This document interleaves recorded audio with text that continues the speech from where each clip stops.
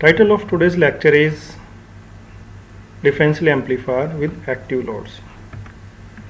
So you know that the circuit diagram of MOS based differential amplifier look like this. So we have two amplifying MOS devices and these are two load resistors. These load resistors are very important because they decide the gain of the amplifier, and these resistances right now are passive resistors. So we have to see how we can replace these passive resistors with active resistors, right? So our purpose is to modify the circuit something like this. So the passive resistor is replaced by some active load resistors, and what kind of load resistance is we are going to use as a active load, that we will discuss in the coming slides. So another difference here is that this current source is replaced by this MOS device. So the MOS device will have some biasing voltage here, and depending of this biasing voltage, this device will supply a constant current here, right? But main focus of today's lecture is not how to implement this constant current source. Rather, focus is on to see how to implement these active loads in these circuits. So what is the advantage of using active loads? So normally active loads occupy less area on silicon chip as compared to passive loads, and because of this we get many advantages. For example, less area means we save some area there, and because of that cost reduction is there. And not only cost reduction, but there is another possibility that now we can add more circuits and more functionality in a single chip because we have spare area on the silicon, right? So because of these advantages, this is our preference that this load here is active load instead of passive load. So these are the topics which we are going to cover in today's lecture. So first we will see what are the possible active load configurations. Then we will discuss this particular type of active load configuration in today's lecture. We will see its large signal analysis. Then we will see some conditions on the differential input. We will draw the equivalent circuit of that particular configuration which we are going to discuss today, and based on this equivalent circuit we will find out voltage gain, input resistance and output resistance. And then we will discuss the single-ended output. What happens, what kind of voltage gain and other parameters we get if we take single-ended output instead of differential output. And finally we will summarize the discussion. So first thing first, active load configurations. So there are many possible active load configurations we can use in MOS based differential amplifier. The first and most basic configuration is this kind of configuration. This configuration sometimes is known as diode connected load, right? So why? Because the resistance here is replaced by a MOS device connected like this.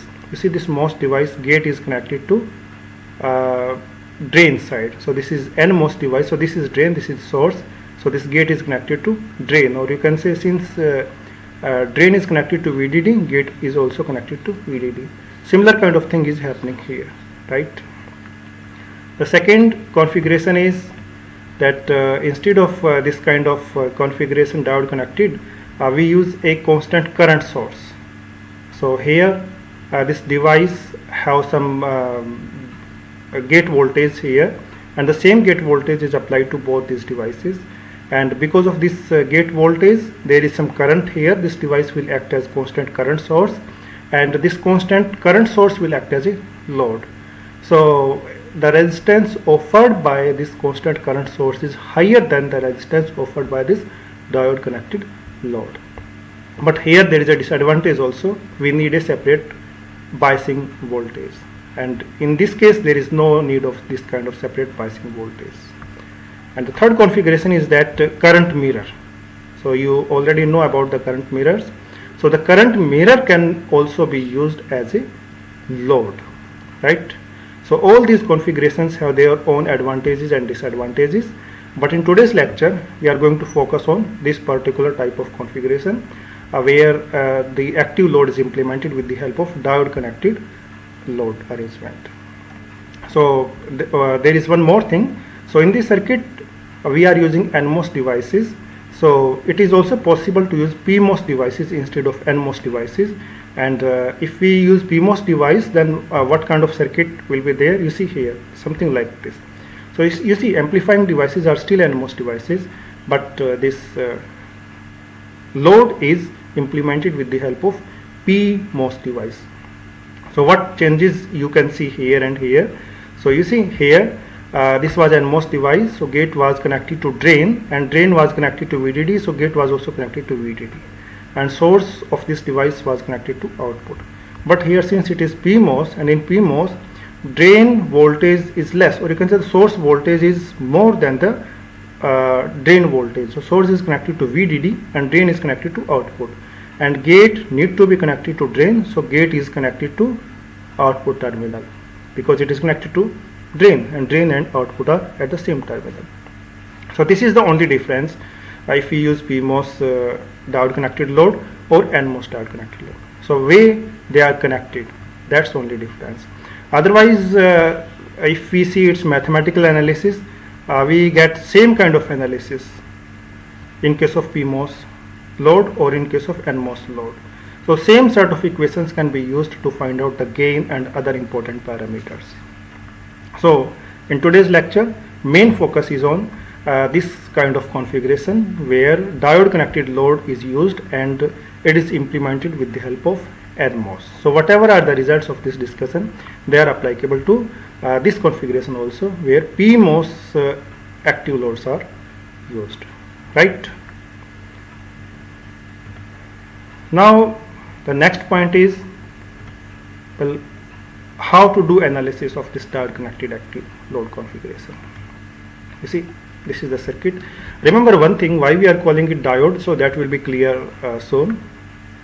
So this circuit, you see, this configuration is used as a load resistance, but you know the load resistance decides the gain of amplifier. So in order to calculate the gain, we should know how much resistance this particular arrangement is offering us, right? For that purpose we need to see its equivalent circuit.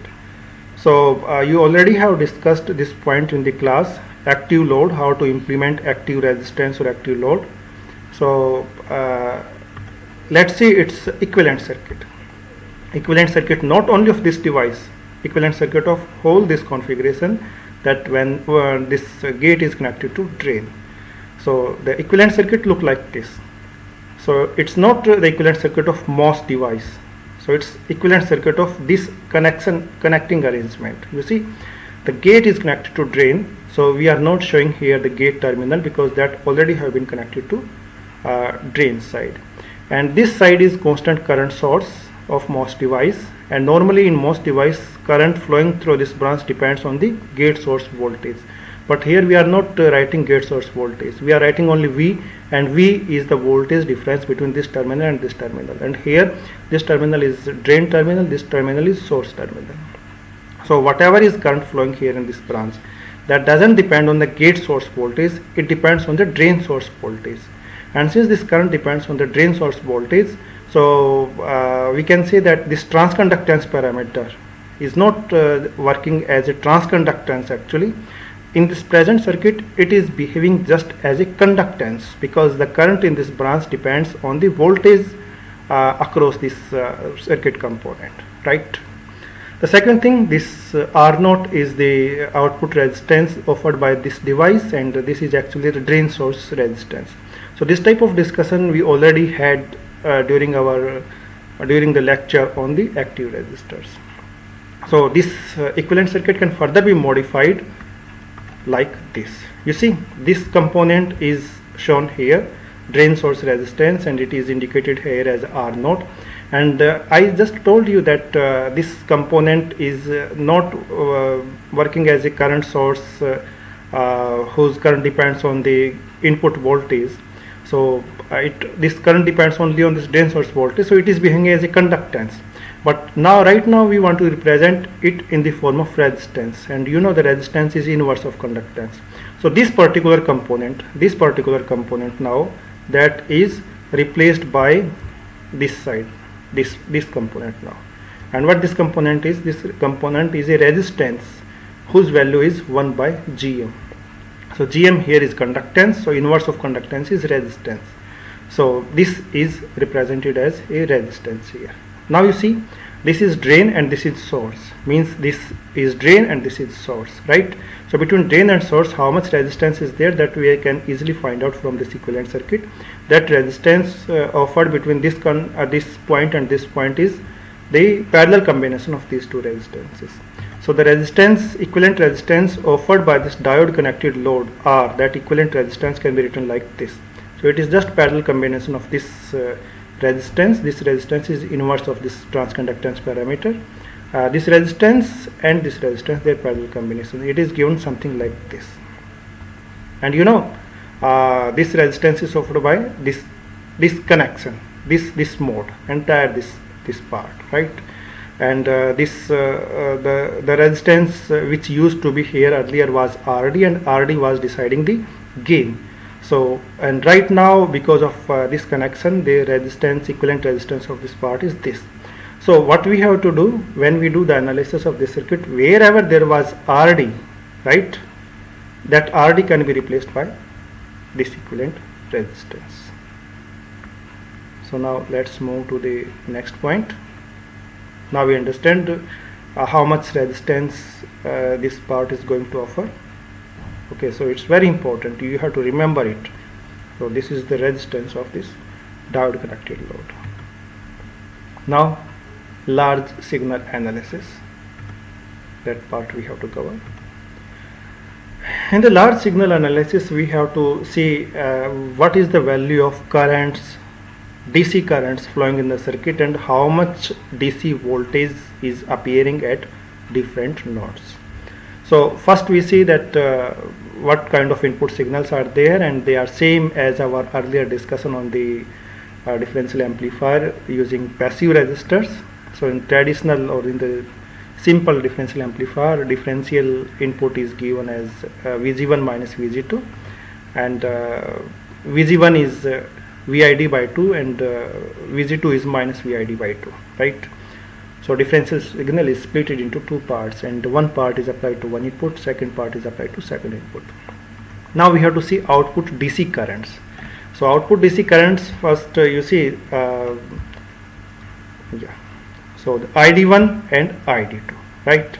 So the equation of ID1 and ID2 is given like this. You see, this equation is also similar to our earlier discussion, because these currents depends on the parameters of these amplifying devices, and we have not changed these amplifying devices, they are still same, right? Whether we use passive resistors or active resistors, these amplifying devices, if they are same, we will get same equations of current, right? Now this ID1 is current through this M1 and ID2 is current through this. Now how much is current in this M3 and M4? M3 is in series with M1. So whatever current is flowing here, same current will flow here, and the same way whatever current is flowing here, same current will flow through M4, right? So it means we can see that this ID3 is equal to ID1 and ID4 is equal to ID2, right? And remember, M3 and M4, they are also matched device, just as M1 and M2 are matched device, right?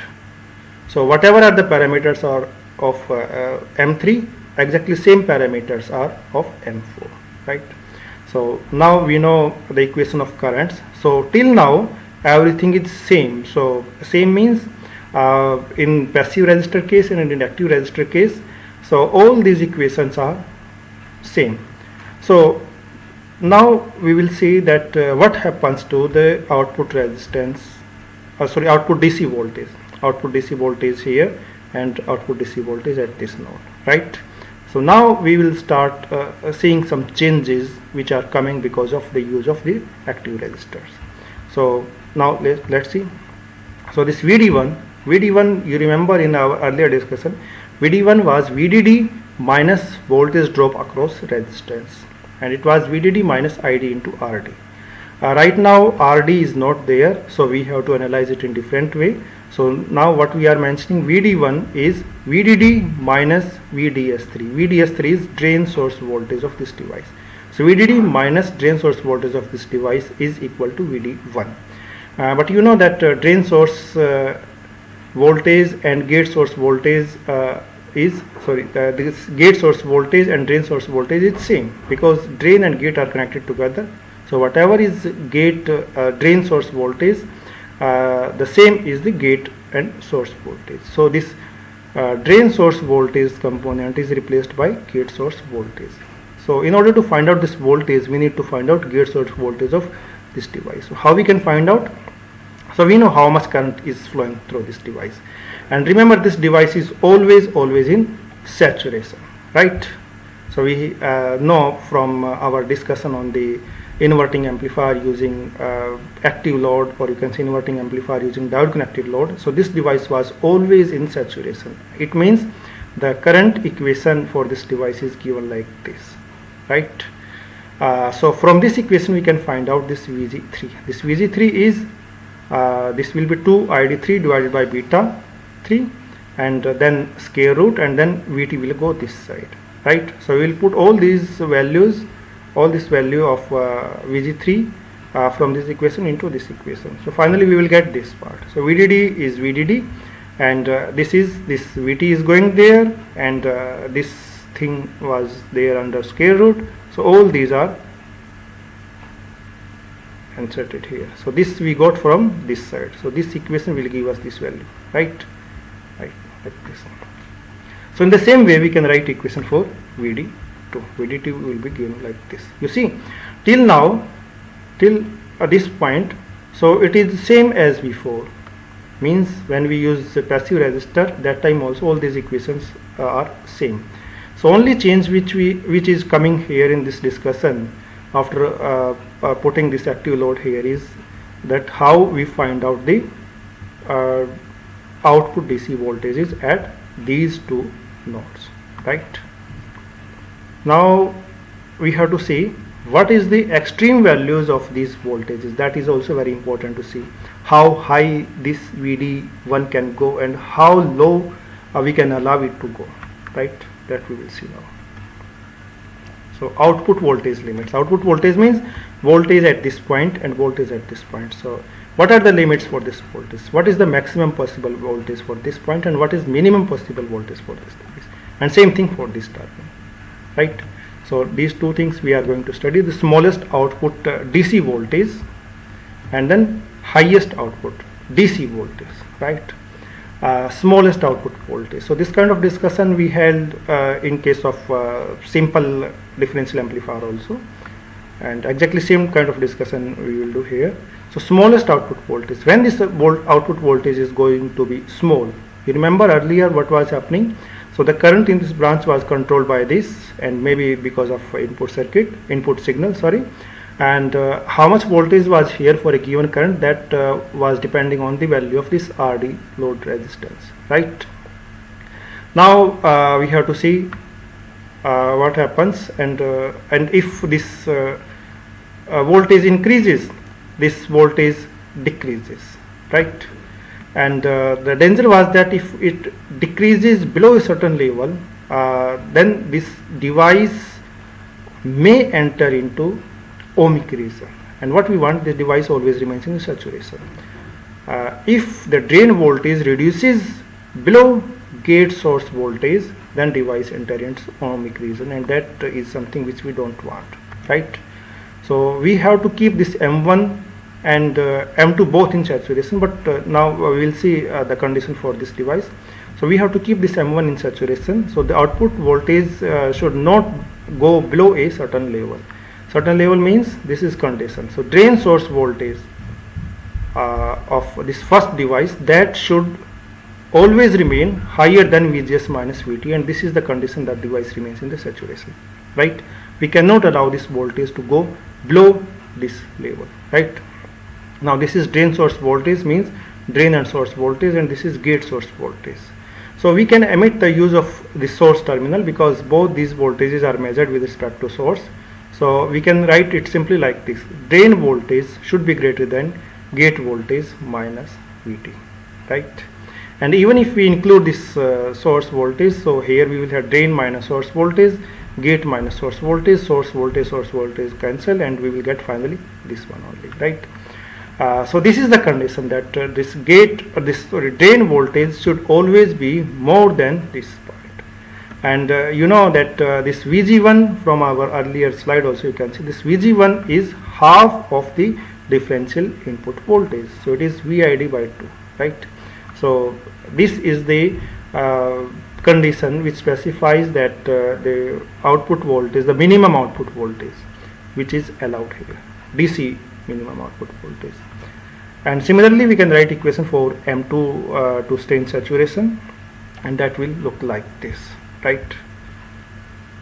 So Vg1 was positive, and here we will take Vg2, and Vg2 is minus half of differential voltage. And if you want to find out the highest output voltage, that also we need to find out, because it decides our voltage swing. It's very important parameter. So first we are writing this equation for Vd1. In the previous slide we have seen that the drain voltage is given by this equation, and in which case this voltage will be highest. So if this voltage is highest, it means current in this branch is lowest.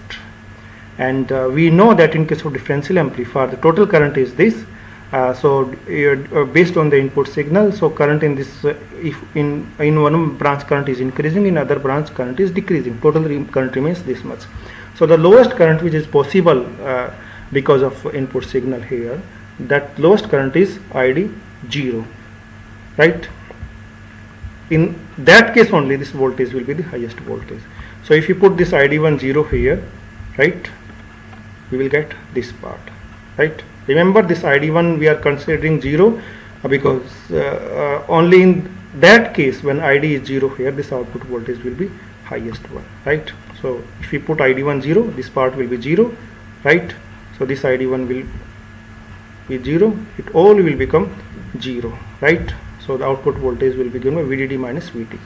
So you can see here that okay, the minimum voltage, DC voltage, minimum output DC voltage is given by this equation, and maximum output voltage is given by this equation. So remember from inverting amplifier discussion that in that case, if we use this kind of active load, diode connected active load, in there also the output voltage swing was limited.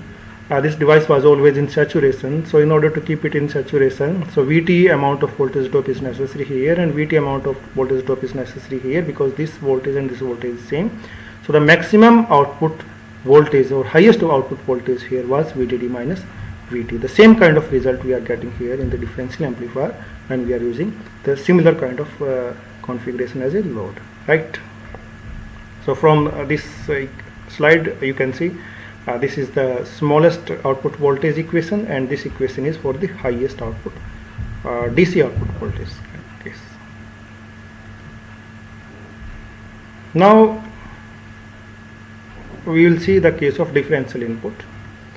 So if you apply differential input, so remember from our earlier discussion on differential amplifier that there was a certain range of differential input voltage for which this circuit was responding, and if we were going beyond this range, there was no change in the current because already current would have become highest in one branch, and in another branch it's 0. So further change is not going to affect anything.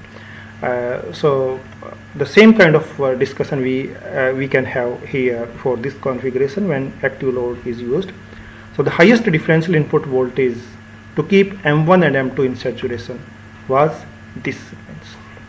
So if voltage goes beyond this, it means in that case what will happen, one branch will have highest current and this branch have 0, and if we are moving further than this, then the second device is going into the cutoff. So that kind of thing was there, and this was the limit of the voltage, and VOV is the overdrive voltage, and that is VGS minus VT for these amplifying devices, right? So similar condition is valid for this circuit also, because this condition depends on the parameters of these amplifying devices, right? And you see this doesn't depend on the load values, load resistance values. So that's why, so if we are replacing these passive resistors by active resistors, then no change is occurring in this condition. And this condition can also be specified something like this: 2 ISS. ISS is the total current in the circuit, and beta is the beta parameter of these two devices, right? Now this is the variation of current in these two branches, ID1 in this branch and ID2 in branch, and you see this is the limit.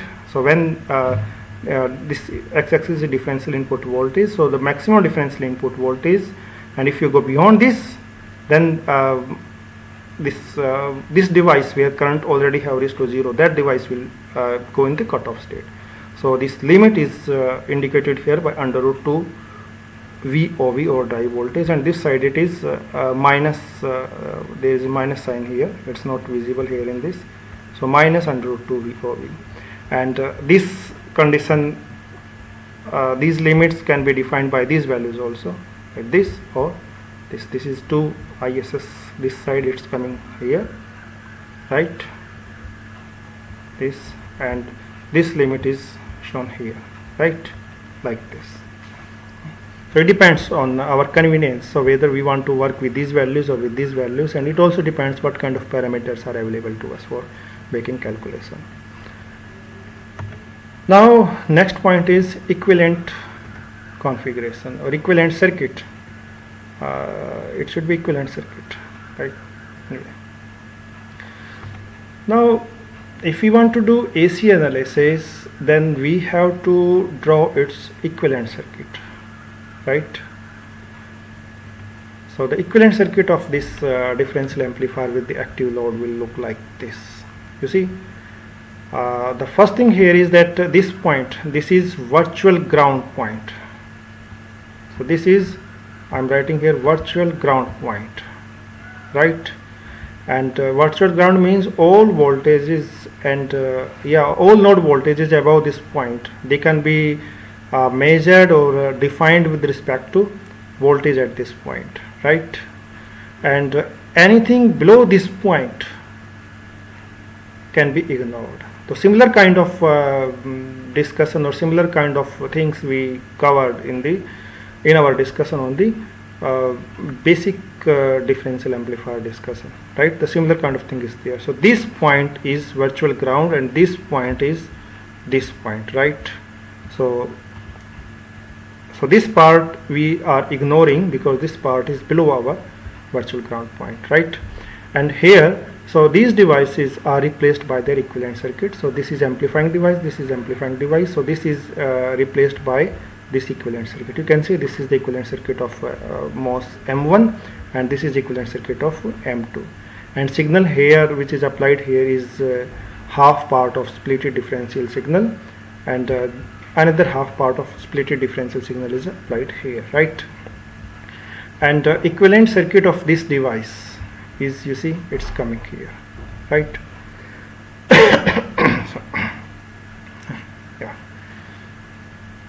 So right now it is shown as this source, but you have seen from like first or second slide that it can be replaced by 1 by GM, and this can also be replaced by 1 by GM, right? So this diode connected load is replaced by its equivalent circuit, something like this. Now you see this VDD is short circuited because for AC analysis all DC sources are short circuited. So this is, you see, ground, right? And our output voltage is, you see, VD1, this is the output voltage, drain of this and drain of this and source of this, right here. So our output voltage is here, right? This node is one output and this node is our second output, right? So this is ground and this is ground. So these grounds will come together, they will join, and this is our output. So what will happen?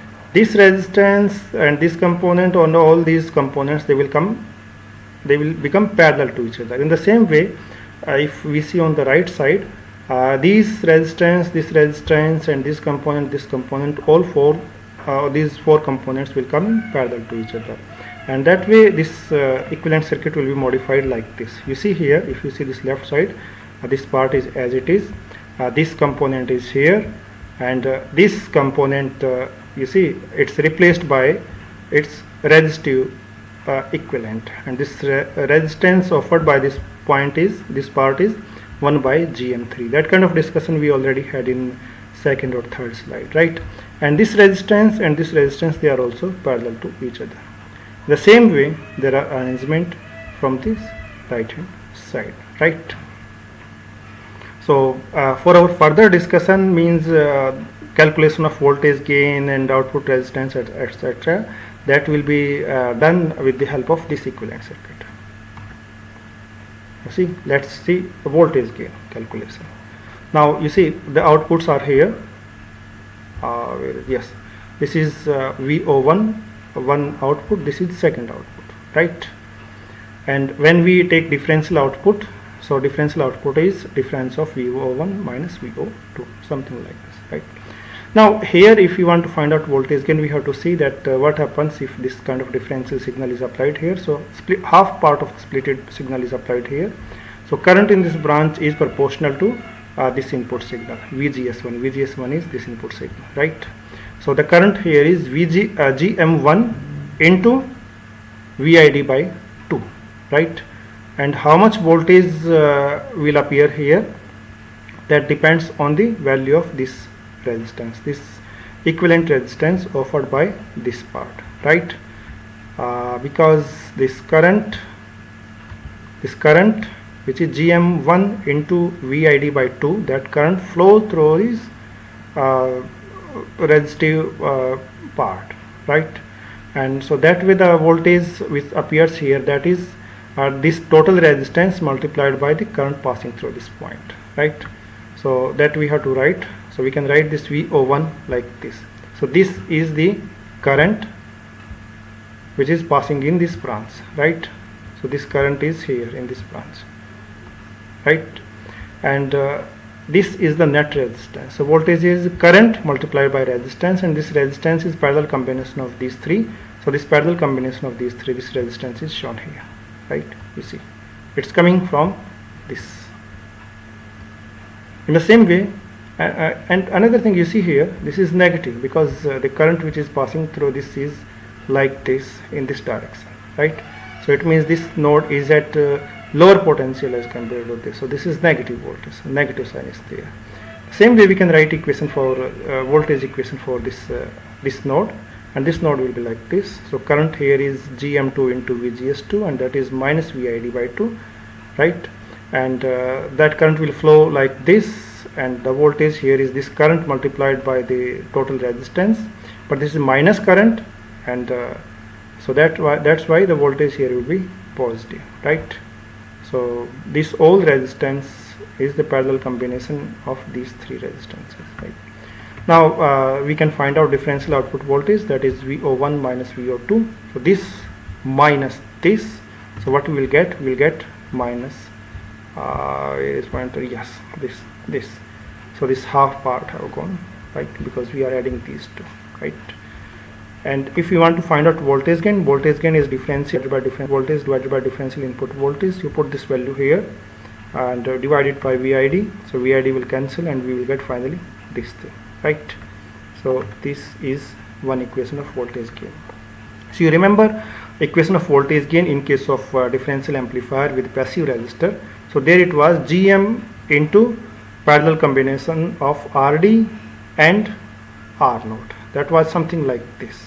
So here what has happened, that RD has been replaced by parallel combination of this and this, because the resistance offered by this diode connected load is parallel combination of this and this, and this component was there in that equation also.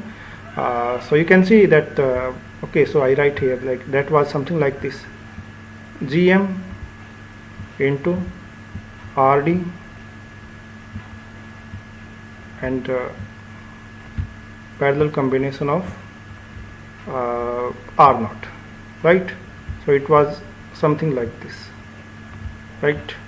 So this R naught was the output resistance of the amplifying device. It is still there, and this RD is replaced by the parallel combination of this, and these are coming from the diode connected load M3, right?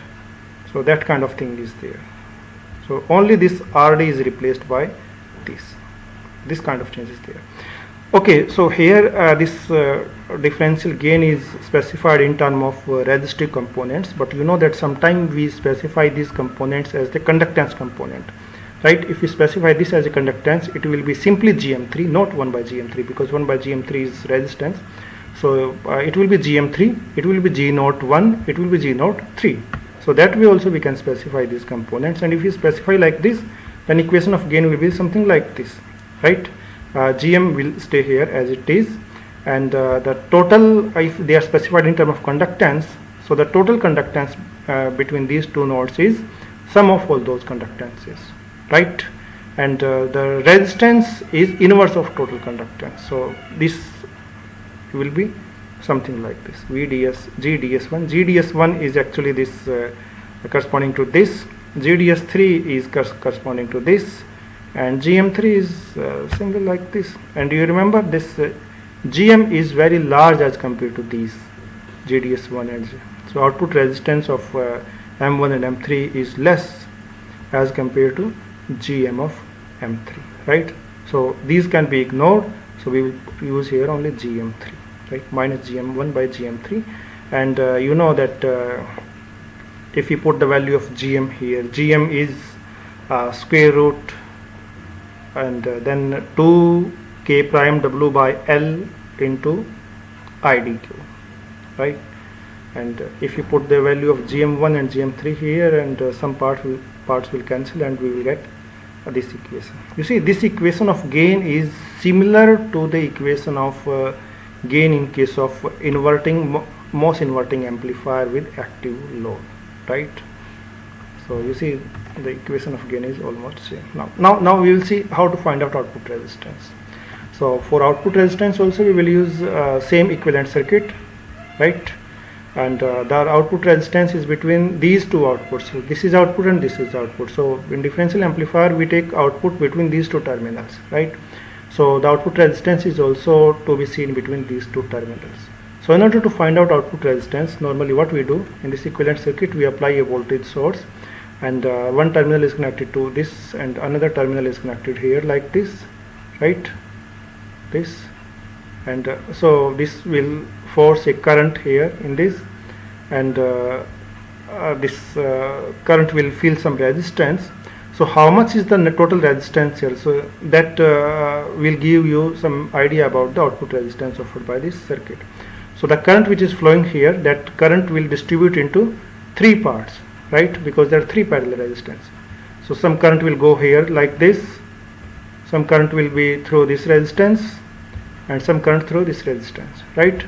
So the current which is going towards this side is distributing in three branches, and then it will pass through this part. So some current will go here like this, some current will go like this, and some current will go through this resistance like this.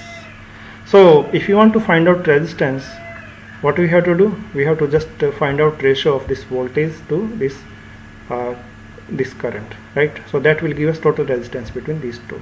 And theoretically, if we see, you see, this current is going through this pair and then this pair. So this current will feel that this pair and this pair, they are connected in series, right? So this parallel combination of resistances is in series with this parallel combination of resistances. So if you want to find out theoretically total resistance, so first we have to find out the parallel combination of these resistive components. So R out we can write like this. So the parallel combination of these three resistances is given like this. This is left side, and then we have to find out the same thing for the right side, right? And then we add them together, and if we add them together, what we will get?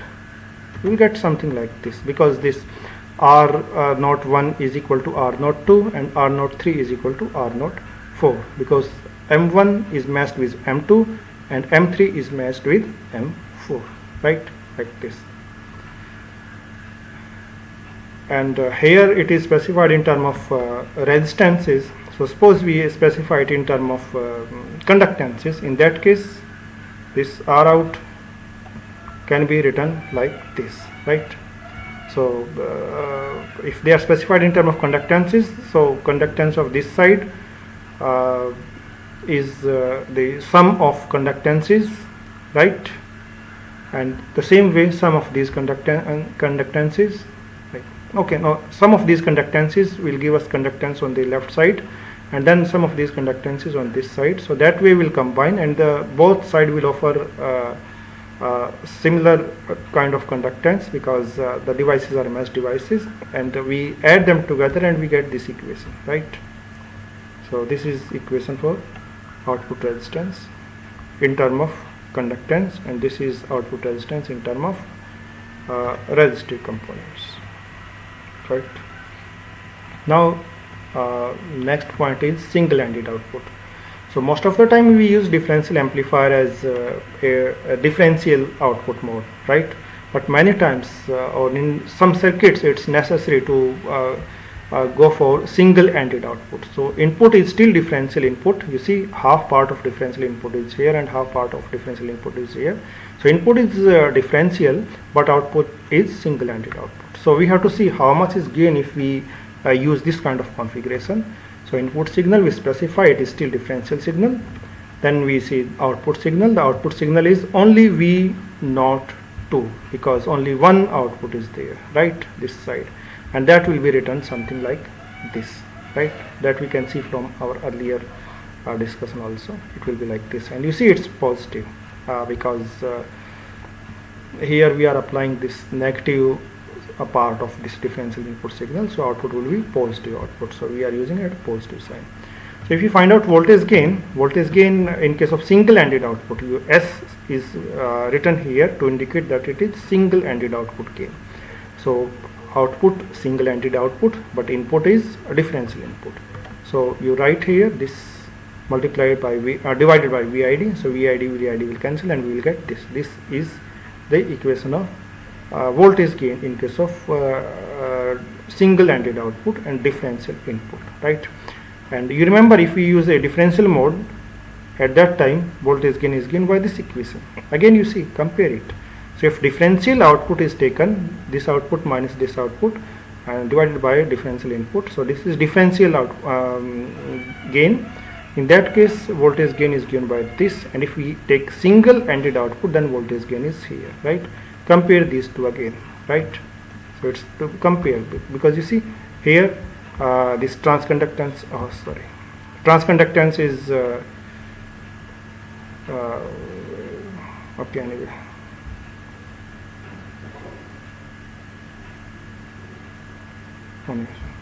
Transconductance is just GM1, but here this transconductance is GM2 by 2.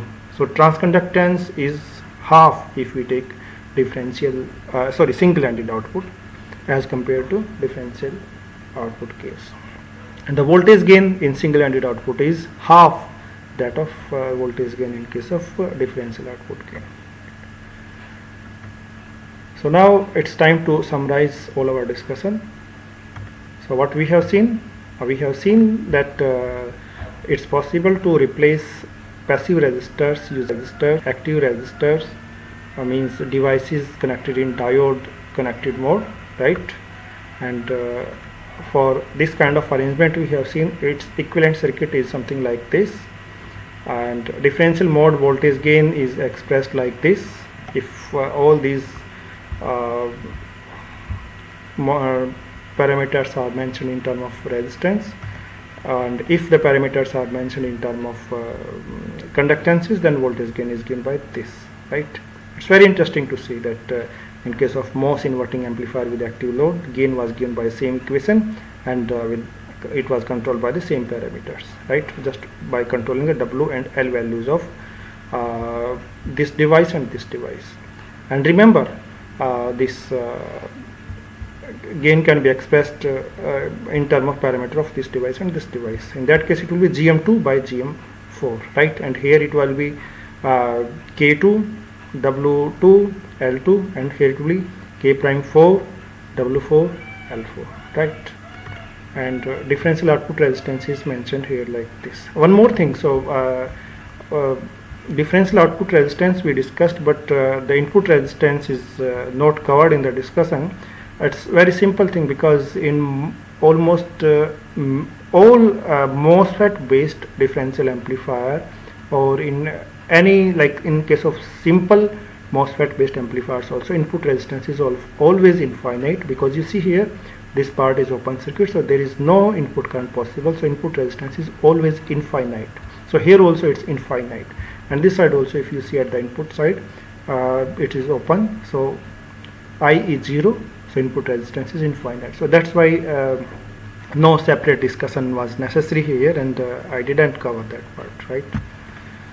So now we have covered this configuration, and where is one? Yes, so today we covered this particular configuration where diode connected loads were used, and in next lecture we are going to cover this configuration where instead of diode connected we use current source as a load, right?